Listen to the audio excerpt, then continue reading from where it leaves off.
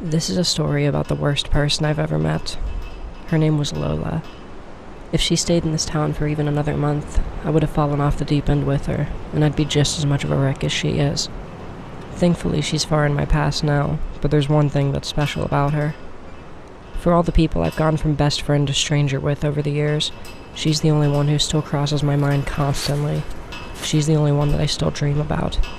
She's the trash that was stopping me from using my cup holders that New Year's Eve. Yeah, the world is so small till it ain't. I'm building up a wall till it break. She hate it when I call and it's late. I don't wanna keep waiting.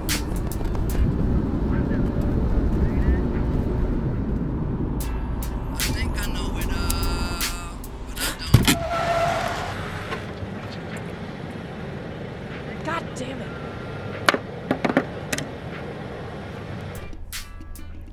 Why you always at the mall when you're broke?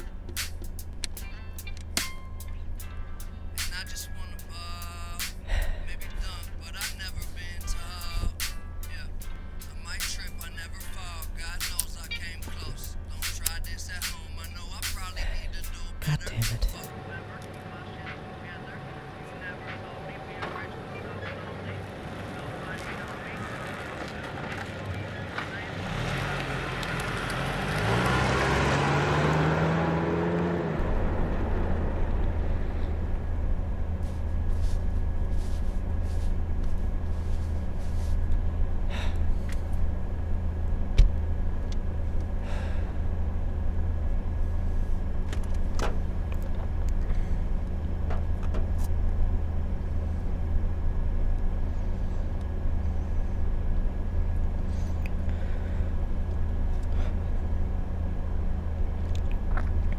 Dear Lola, sorry in advance, this audio probably sounds like ass. I forgot to bring my recorder with me.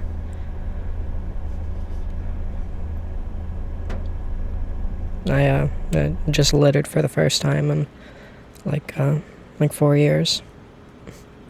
Sorry about that. We're like 15 minutes out from New Year's 2025, and I haven't made it to my spot yet. I swear it's like every single year I get closer to being late, but it hasn't happened yet. I remember, like, what was it, like 5 years ago, I invited you to go with me. God, I was such a fucking simp. My fiance could go with me if she wanted to one of these years, but God, I'm never inviting anybody else up there again. Especially not if it's just because I'm trying to get my dick wet. Oh yeah, fiance. Guess that's something I can talk to you about.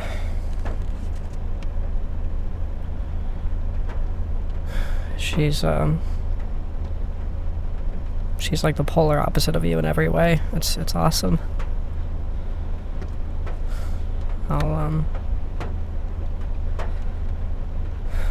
I'll probably end up talking to you about her later.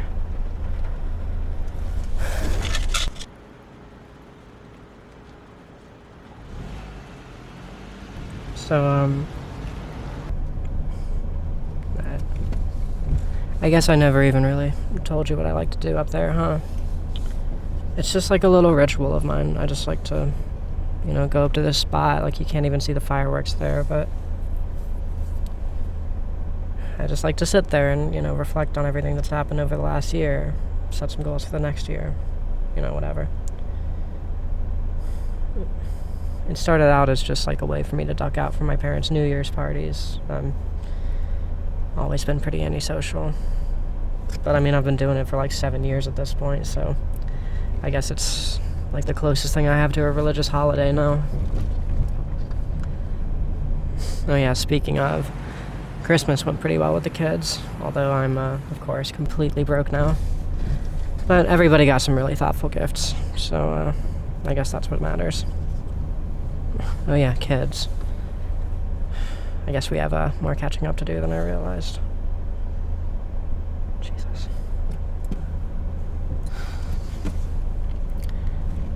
I'm gonna be real. This is like probably the most conflicted I've ever felt going up to this spot. If that wasn't obvious by the fact that I'm talking to you of all people on my New Year's. I mean, to be real, normally I just kind of go up there and just jerk myself off. Just like be so proud about everything I did that year and all the stuff that I accomplished. This time, though, well, my stupid ass thought that just because I figured out how to be honest with people, I was just magically done growing as a person. Oh my fucking god, all of these red lights. Sorry, it's just like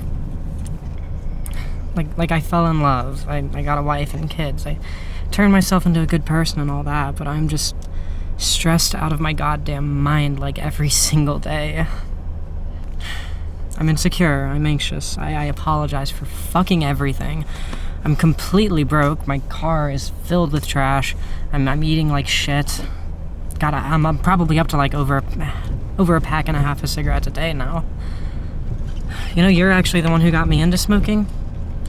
My stupid 16-year-old ass thought that you'd let me bag just because I smoked with you, and well, you know what?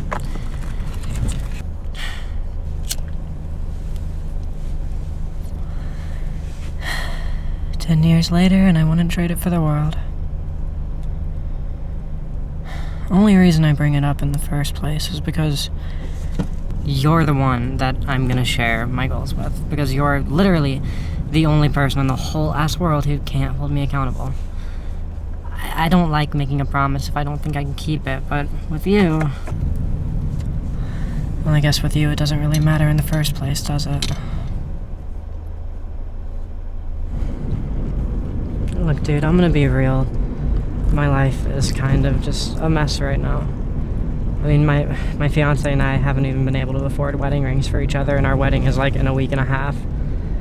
Our honeymoon is probably just gonna be us kicking the kids a couple bucks to, you know, fuck off to a motel for a week so we can have the house to ourselves. I mean, money is whatever. It feels like there's not really much I could possibly do about that situation, but it just feels like there's so much shit I could be improving on. I mean, for fuck's sake, the fact that I'm even thinking about a shallow bitch like you on fucking New Year's, my religious holiday, is goddamn insane. And talking to you is like fucking self-harm. I mean, like, you should be nothing to me. Like, you're supposed to be nothing but just a failed OnlyFans account. Mine's doing great, by the way. And I have, like, a family that loves me and gives a fuck about me. Like, I'm doing so much better than you. Why don't I feel better than you? Everyone in my life trusts me like nobody has ever trusted you, but you just don't give a fuck. And I care so much. And it's bullshit.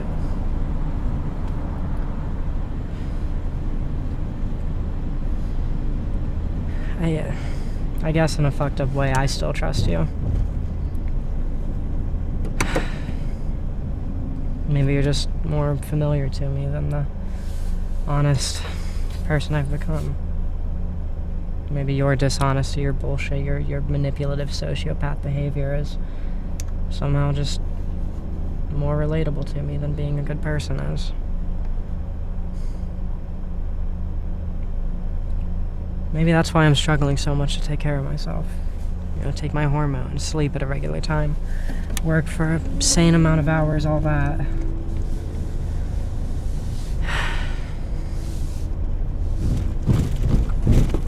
Maybe I just don't buy my own act yet.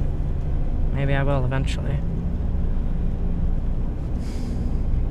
It just puts so much pressure on everything. I mean, like, for fuck's sake, I just about got into a car wreck trying to get to this spot where you can't even see the fireworks.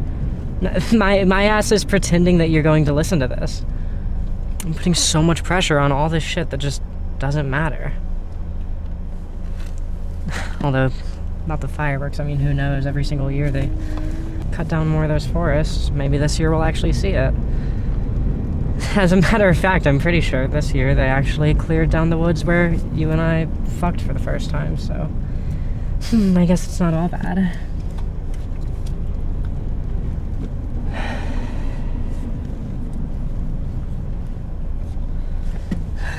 I'm sorry, I'm getting pissy. You really don't deserve that. Like, yeah, you are kind of a fucked up person, but shit, I was too. I guess life just treated us differently. It's just like I put so much pressure on everything. Like, I'll put on an album that's really important to me without telling anybody that that's what I'm doing, and then I'll get all emotional about it when they're, you know, just on their phone or whatever instead of listening to the music. Like they were supposed to know that that's even what was going on. I swear to God, it's like my biggest puppy trait. I always think that whatever I feel now is what I've always felt and what I'm always going to feel. It's just really immature of me, I guess. And I don't even know how I wound up like that. Like I said, I'm doing better than you. I'm supposed to feel better than you. My whole thing back when I knew you was that I wanted to calm people down just by, like, being in a room with them.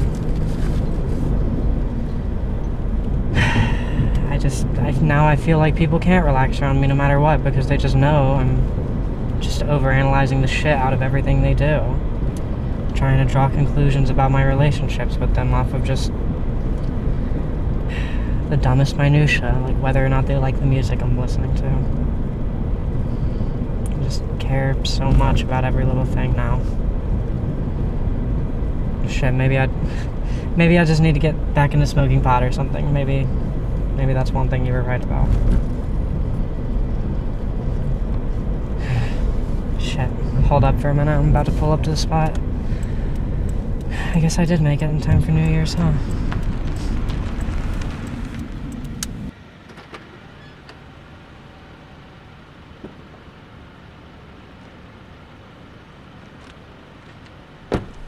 Okay, goals though. I gotta wrap this up before New Year's hits. Like I said, I shouldn't have taken you here to begin with. I want to figure this shit out, man. I have no idea how I'm even gonna do it yet. I want to stop being worried that everybody hates me.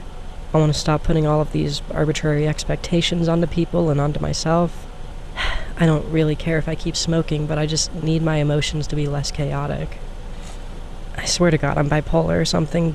This should be the happiest time of my life, but it just isn't. I'm just a fucking ball of anxiety all the time. I need to get to the point where I fill up my car when the tank is only half empty. I need to stop taking money out of my savings. I need to find a work-life balance where I'm consistently working without staying up till 6 a.m. trying to get a video done. I need to quit rushing people to get ready as quickly as I do. I need to get better about not filling up my car with trash and actually keeping things organized when I film. I need to make sure I keep my audio recorder on me at all times so I don't have to record this stuff with my phone mic. It'd be really cool if I could get a healthier relationship with sex, but I don't see that happening anytime soon. What else? I really want to... Oh, shit. God fucking damn it, dude. Happy New Year, Lola.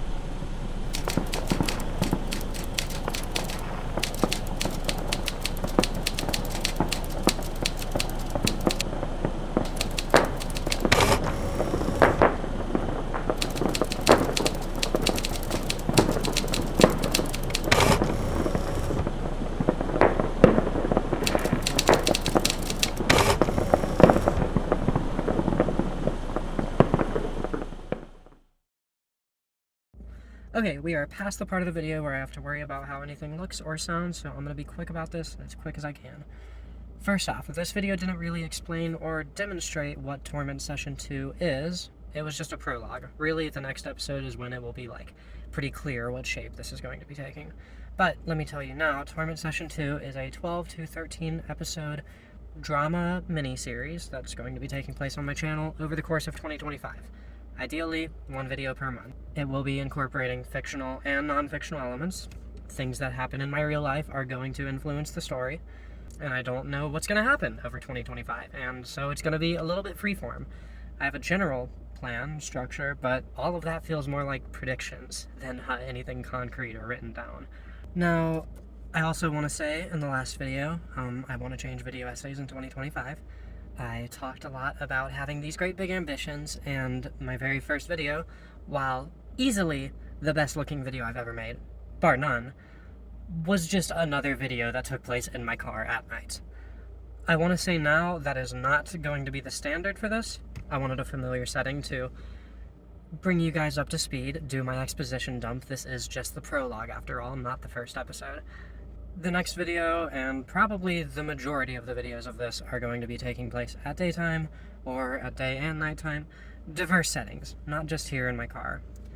I'm getting all sorts of equipment, pushing my boundaries in all sorts of ways. I've never really had to act on camera before.